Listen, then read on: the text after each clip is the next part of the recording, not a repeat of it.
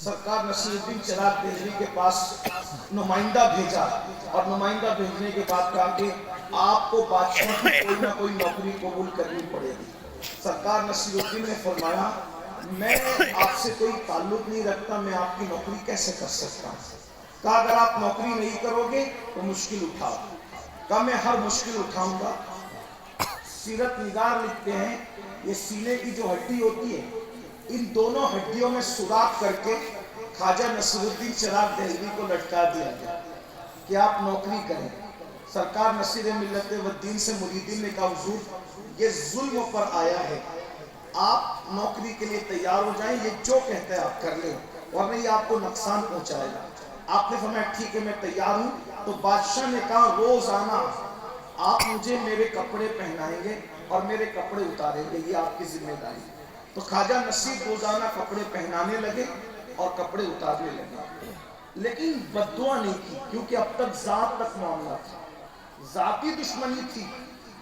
یہ بادشاہ کو خواجہ نصیر سے ذاتی دشمنی تھی، چراغ دہلوی سے۔ چراغ دہلوی کون ہے؟ یہ چراغ دہلوی سرکار علاؤالحق پنڈوی رحمت اللہ تعالی علیہ یہ ان کے پیر و مرشد کے پیر بھائی ہیں۔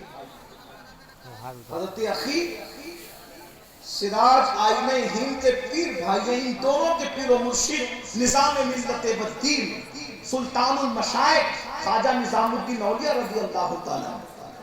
ذاتی دشمنی ہے، ہڈی میں سوراخ کر کے لٹکا دیے گئے لیکن بد دعا نہیں کی، معاف کر دیں۔ اس کو کرتا پہناتے ہیں، کرتا اتارتے ہیں۔ حاسدوں نے کہا کہ معاملہ صحیح چل رہا ہے، نصیر کا امتحان لو۔ ایک دن بادشاہ کو تاخیر سے لائے اور اتنے لیٹ لائے کہ خواجہ نصیر الدین چراغ دہلوی کی نماز عصر قضا ہونے کے قریب آ گئی۔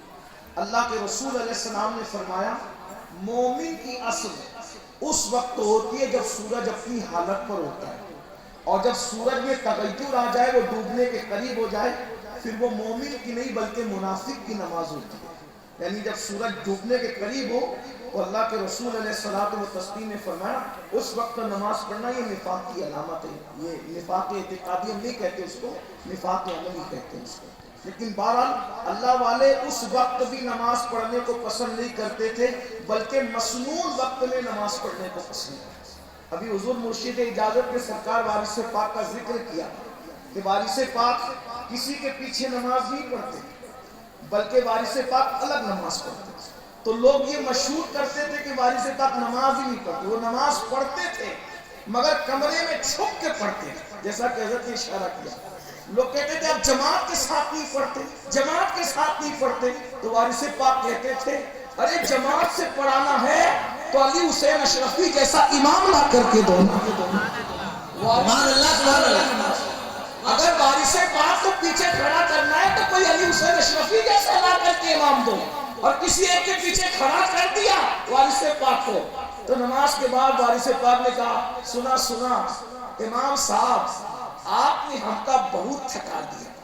سرکار وارث پاک کہتے بہت